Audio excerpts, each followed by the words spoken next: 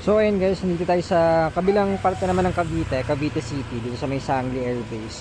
So nakuha na natin yung isang EcoSport, meron pa tayong isang Prospect na unit, color white naman 2017, ito is 2015.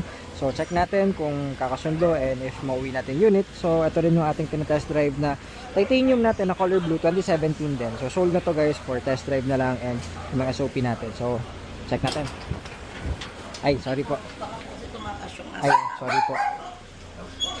Ito pala, nasa likod. Okay, so, ayan, check natin, color white na 2017 EcoSport. Yeah.